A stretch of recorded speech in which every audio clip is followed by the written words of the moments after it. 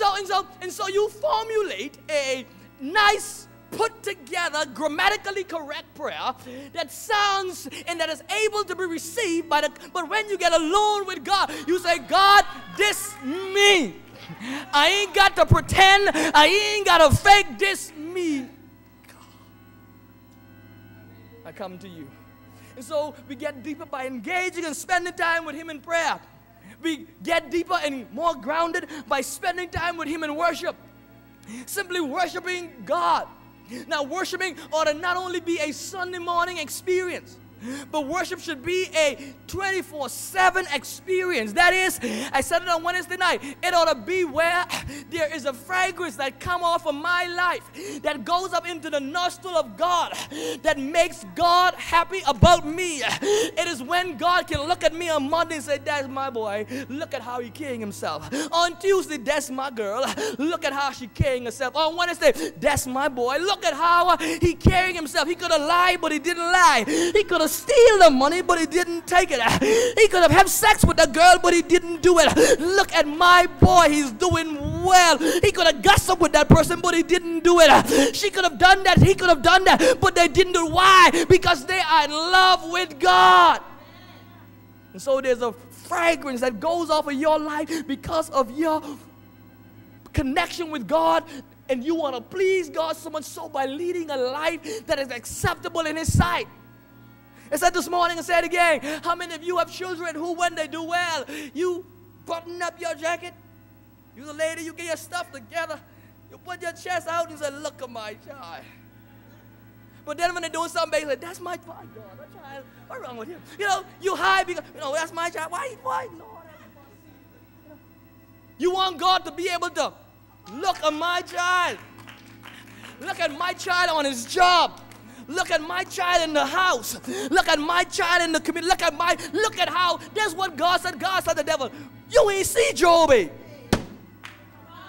On Monday, you can't trick him. On Wednesday, Job is a man who living for me, even in the midst of a morally depraved world. Say, Job is, have you considered, listen, it would be great for God to be able to say about you, have you considered my,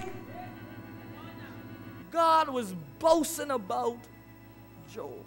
Because Job lived a life of worship. And then when we come together on Sunday morning, we have an explosion. We have an explosion out of having worship on Monday, on Tuesday, on Wednesday, on Thursday, on Friday, on Saturday. And then we have an explosion on Sunday morning as we bring all of these charged batteries together and we celebrate the goodness of our God. Because He is a great God. Let me carry on quickly. We get deeper in Him and rooted in Him by fellowshipping with each other. You can be saved and be strong in the Lord and in the power of His might. And anyone come to church, tell me you got TV church. Pastor, I just watch them on TV. And so I have church by myself. Well, my Bible says, don't forsake the assembling of yourself together. Now, I know that's King James English, but it sounds pretty clear to me. What he's saying is don't forsake coming to church.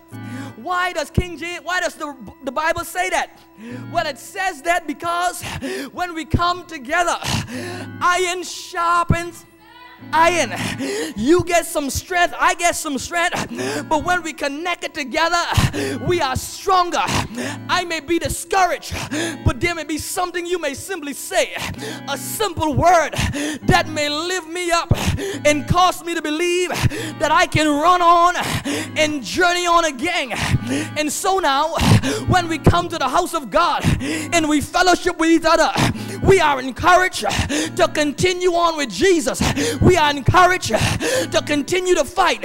We are encouraged to continue running the race of faith.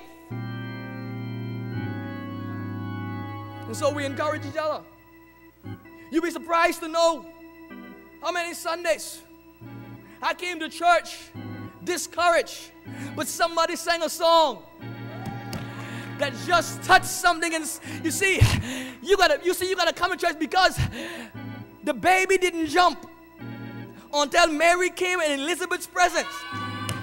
You gotta understand, sometimes you'll be discouraged, but when you come into the presence of the real people of God, they will cause something inside of you to jump and cause you to be encouraged. And whereas you felt like throwing in the towel, you will say, I feel like pressing on. I feel like pushing my way, because I don't believe He brought me this far to leave me.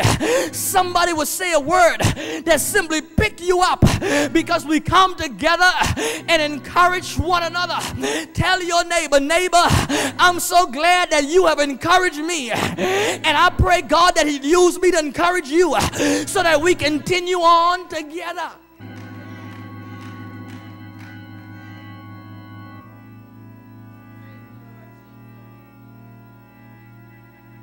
And so He says we come together and we get deeper. We get deeper. Anybody feel like going deeper? Peter didn't catch the fish till he went deeper. He just launched a little bit into the deep. And when he launched in the deep, Jesus blew his mind. Someone so that he said, Jesus, get away from me, because man, what? How did you do that? He was amazed at the draught of fish that he caught. But it wasn't until he decided to go deeper. And so you got to make up your mind, and I'm going deeper in Jesus. Paul said to these Christians, listen, if you get rooted and grounded, if you keep focused, if you get rooted and you build your life on Him, he says, you'll be able to stand in the midst of where you are. Why? In conclusion, because you are in a privileged position. You got to understand that while this one doing that and that one doing that, you got to understand who you have. In my conclusion, I go back to my introduction. And so Paul says, don't be like the Indians. You got the real thing. You got something that is valuable. You got gold. You got Jesus. And so he says, don't leave Jesus to go and embrace and journey on with someone else. He says, no, you got the real thing. Tell the Spaniards go home. Tell Columbus go back. Tell the heretics. Tell the Gnostics. Tell the Judaizers that they can keep what they got. Because what I got is the real thing. I got Jesus.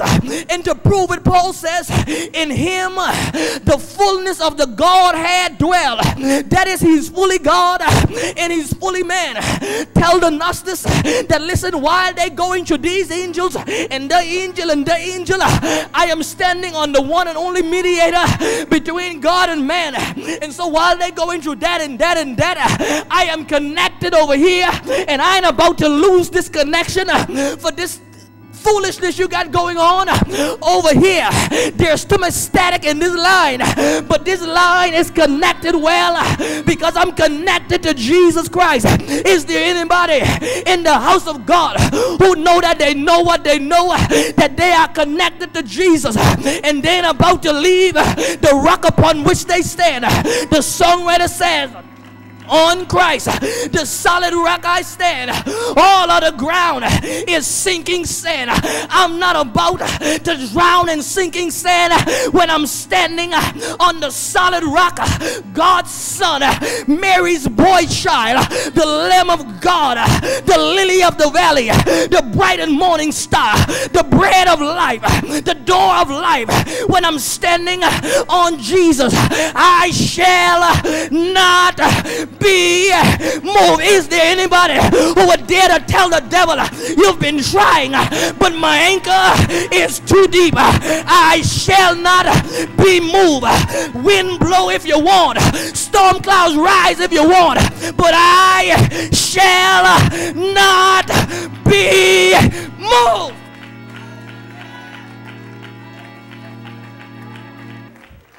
I'm rooted, baby. I'm anchored in Jesus Christ. And if you're standing on Him, don't move, because He's all you need. If you're standing on Him, now ain't the time to give up. He is all you need. If you're standing on Him, don't turn around. Now ain't the time. He's all that you really need. He's Jesus, God's Son. He's all. So Paul said to them, the same way you started standing on Jesus, he says,